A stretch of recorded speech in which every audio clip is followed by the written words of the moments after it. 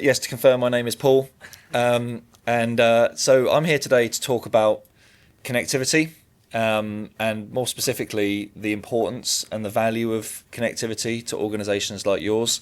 I'm from Ericsson, and before I dive in to the main theme and the content for this presentation, just want to talk a little bit about Ericsson and what we do. The first point I want to make, because this is always question number one at these types of events, is no, we don't make mobile phones anymore. Ericsson has long since departed from the handset space, and actually what Ericsson's focus is now, and has been on and off for over 100 years, is building networks, specifically mobile networks, cellular networks. And that's very much the focus of what Ericsson is doing today. So all of the cellular networks that you connect to, that are provided by the likes of EE and Vodafone around the country, are typically the core network infrastructure is typically, more often than not, Ericsson technology. So that's the core of the network.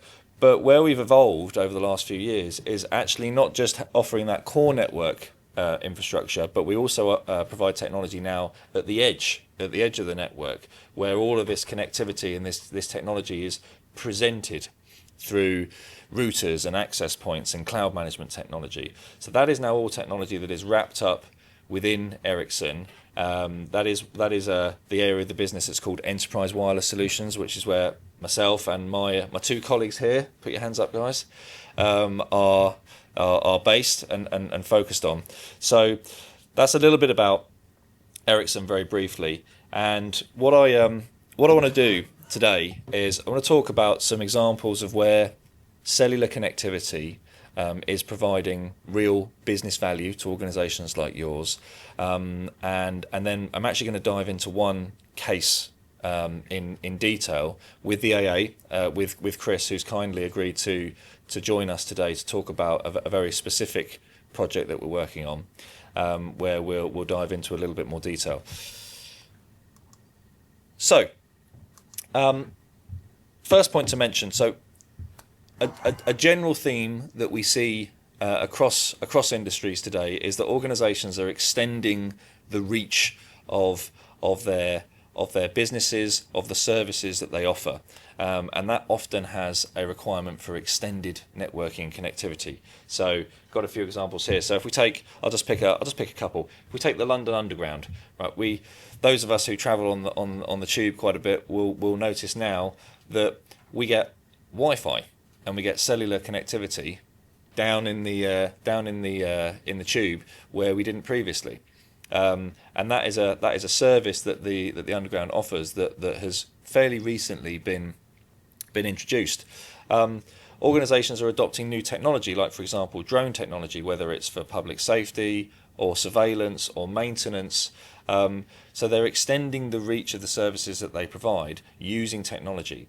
And as I mentioned, the common denominator, if you like, to all of this is most of this technology needs to be online. It needs to be connected. And in many of these cases, traditional connectivity provided by wires in the ground is not going to work. It's not available. It's not fit for that purpose. So from a technology standpoint, these organisations are having to adapt and figure out, okay, I want to launch these new services. I want to launch these new technology-based services. How do I connect them? How do I bring them online, like most of them need to be? And so if I just go into a few kind of vertical market examples of this. So we, at Ericsson, we work a lot with retailers and in the hospitality industry and quick serve restaurants. And so in that world, continuity of services is hugely important because it relates directly to business and the ability to trade and provide services and customer experience, etc. And in every example, there's a variable level of connectivity and quality of connectivity available. So what we're seeing now more is that this type of organisation are exploring new ways of providing high-performing, resilient, secure networking to prop up and support all of the services and the growing number of technology-based services that they're offering in their stores or at their points of service and sale.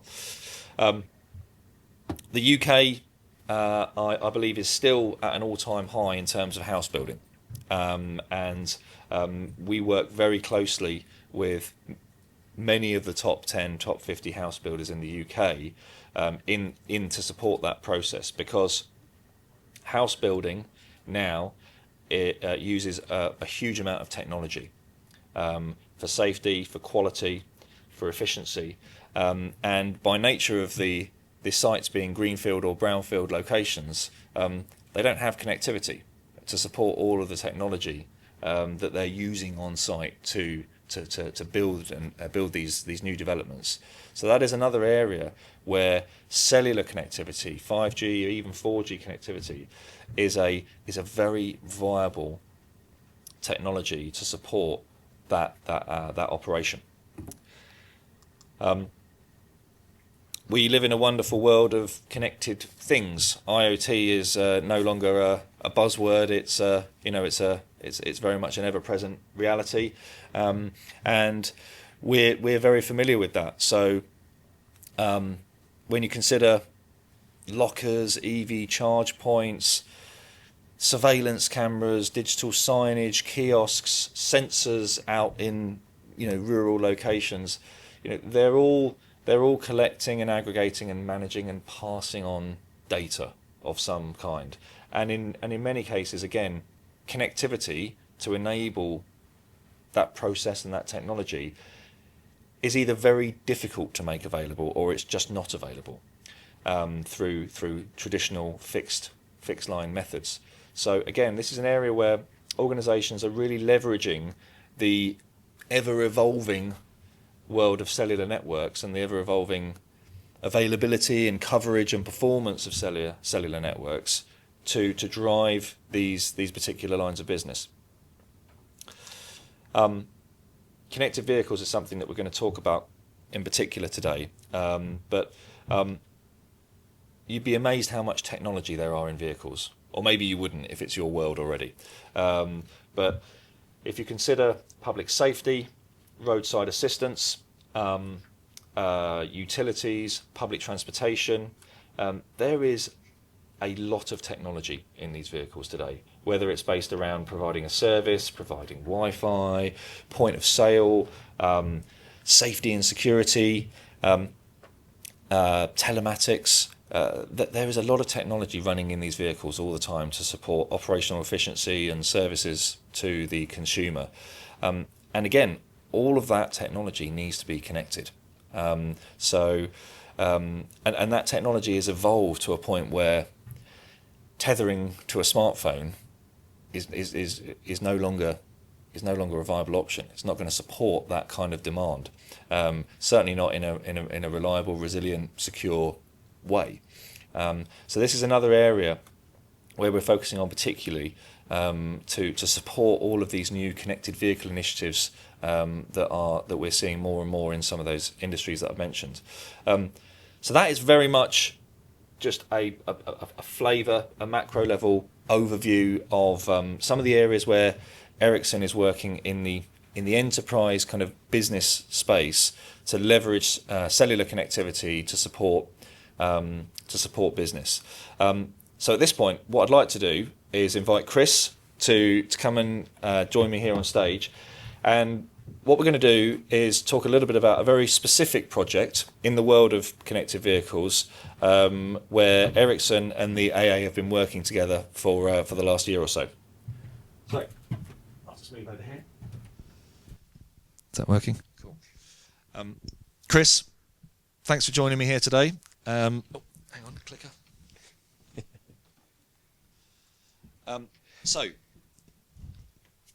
So Chris, for the benefit of the audience here, to start, if you wouldn't mind, just give us a kind of an overview of the AA, its purpose, its day-to-day operations, if you wouldn't mind. Yeah, absolutely. So obviously we're the number one biggest breakdown provider in the UK. As you can see, we've got over 2,500 vehicles in our fleet. We're all about providing a service to vehicles that are broken down at the roadside, either repairing them, recovering them, doing whatever we can to help those members out in time of need. Perfect. And talk us a little bit about the day in the life of a patrol. So, as an RSS patrol, guys in the yellow vans, we're averaging about between 5 and 10 jobs a day. Across the whole UK, we'll do an average of about 9,000 jobs. But a day-to-day life for me is trying to fix a vehicle. Obviously, the last-ditch attempt is recovering it, but we're physically trying to fix that vehicle that's broken down at the roadside. To do that, we've got obviously quite a few numbers of technology in our van that are going to assist us. But as we've seen previously, that technology all needs internet connectivity, and without it, we can't physically do our job to fix that vehicle at the roadside. Perfect. So that leads us on to a business challenge that the AA recognised a while back, which led us to engaging with you. So describe in a few words, if you wouldn't mind, Chris, what that business challenge was. So the business challenge was to bring connectivity to the patrols at the roadside, especially those patrols that were in remote areas, such as myself living in North Yorkshire. I can get into Yorkshire Dales, places like that, where connectivity can be very, very limited.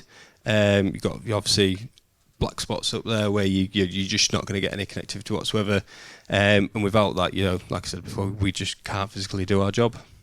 Okay, and what sort of impact does that have on the overall business and obviously on the reputation and the customer satisfaction? It's hugely damaging to the business when we're not able to provide that service to that member that they've paid for. Mm-hmm. Obviously, we're going out to them, we're trying to do everything we can for them, assisting them where we can. The other downside to it as well is, obviously, if I go to a vehicle and I've got no internet connectivity, my tablet that I use, that's got everything about that job on there, the sat-nav routing to get there, the vehicle details, who the member is, stuff like that. If I can't see that, I'm then sort of having to spend extra time with that member, trying to find more information out about it. The diagnostics that's on there, obviously, if I can't use that, I'm going to have to go back to basics, start spending longer time. And our system, what it's doing is every second it's monitoring what every patrol's doing, and it will be lining other jobs up on patrols. So it's expecting me to be with that particular member for 30 minutes, say. And obviously, if I'm spending longer on it, I can't update my time to let the system know what's going to happen. Right. This other member that's waiting 20 minutes down the road, I'm not going to get to them on time that we've predicted and we've told them. So not only am I affecting the member I'm with, I'm affecting the members that are currently waiting for our service as well. So it's a huge knock-on effect. Yeah, got it. Okay, so we started discussing this with you, and what we came up with was a solution whereby we're using an Ericsson product called Cradlepoint, which is a technology that some people may or may not be familiar with, to provide 5G reliable, resilient connectivity to the vehicle to overcome this challenge. Chris, why don't you talk a little bit about the process that we went through in order to get to a point of rollout? Yes, obviously we did a proof of concept with a select amount of patrols. We were sort of targeting the patrols that were notoriously struggling with it in rural areas. Even the patrols that were in city centres, struggling with it around high-rise buildings. We purposely chose those patrols to get the problem areas. Get the Cradlepoint into. And run it over a few tests, and obviously, I was one of these patrols that got it in my van, and I was, I really wanted to push it to its limits to make sure it was right for the whole patrol force. Like I said, over 2,500 patrols. It has to be right. Yeah. Obviously, I was going up into the North Yorkshire Moors, Yorkshire Dales, where I knew previously. I was having to get my mobile phone out, personal hotspot, trying to balance it on the top of the van, next to my beacon bar. Struggling for signal. I'd go back to those spots, and it was absolutely fine, getting connectivity everywhere. Don't know how much I should say this, but I did actually stream the F1 driving across the Yorkshire Moors just to test it. Of course you did, yeah. And it was absolutely spot on, absolutely perfect for us. Yeah, and there were some key proof points that we had to meet in order to get through this initial POC phase. They were fairly straightforward, but quite challenging. So at all of the challenging locations where we tested, we had to achieve a minimum of 99.2% coverage, network coverage at any one time. And in addition to that, the AA tasked us with providing a Wi-Fi range from the vehicle of 25 meters. And maybe Chris, just talk to us about why that was important.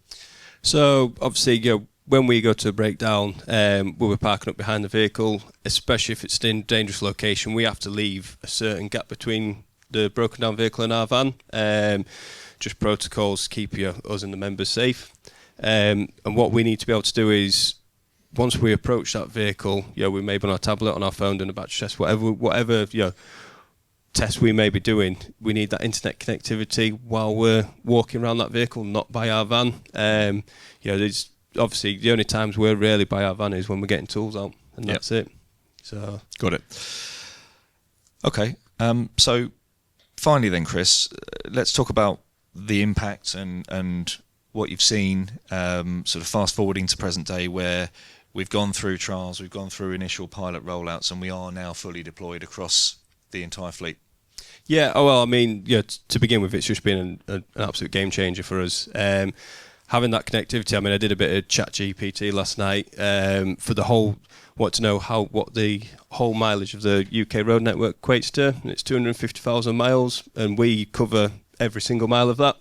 It's a good pub quiz question. So we needed that connectivity for that whole road network, which it is doing. And we're seeing, obviously, for our patrols, it's allowing us to diagnose vehicles, correctly. We've got, even battery testing. The tester we've got requires internet connection. With the diagnostic side of things, you need it for programming that battery. Even if you get a flat tyre, sometimes we have to plug that in to reset it, and we can now be sure that we're going to be able to do that for us.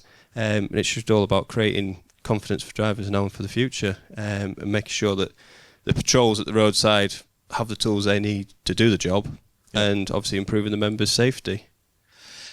And I appreciate it's still early days, but what has the feedback been from within the business, within the AA, but also from the membership, from the customers?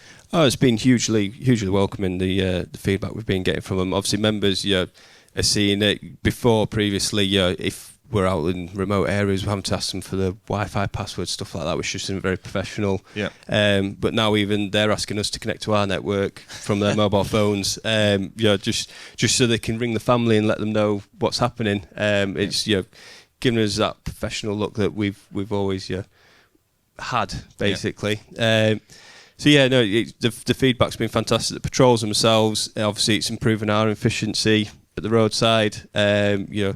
We're no longer in this area where members are sat waiting for us without knowing, because we can't update the office. A lot of us now are using Teams as well at the roadside, so we can message into the office. They're fully updated. They can let members know further down the line what's happening. It's just overall a great solution for us, and it's opened up so many more doors for us. For the future technologies that we can put in the van as well. Perfect. All right. Well, Chris, thank you very much for all of that insight. Appreciate you being here today. And folks, hopefully that's given you at least an introduction as to where and how connectivity can be so important and valuable to businesses, not just the AA, but hopefully yours as well. Myself and Nick and Priyanka, just hands up, please. Yep, thanks, guys. Are here all day. So if you want to come and have a chat, if it's not already scheduled, then we'd love to speak to you. But for now, that's all. So thank you very much.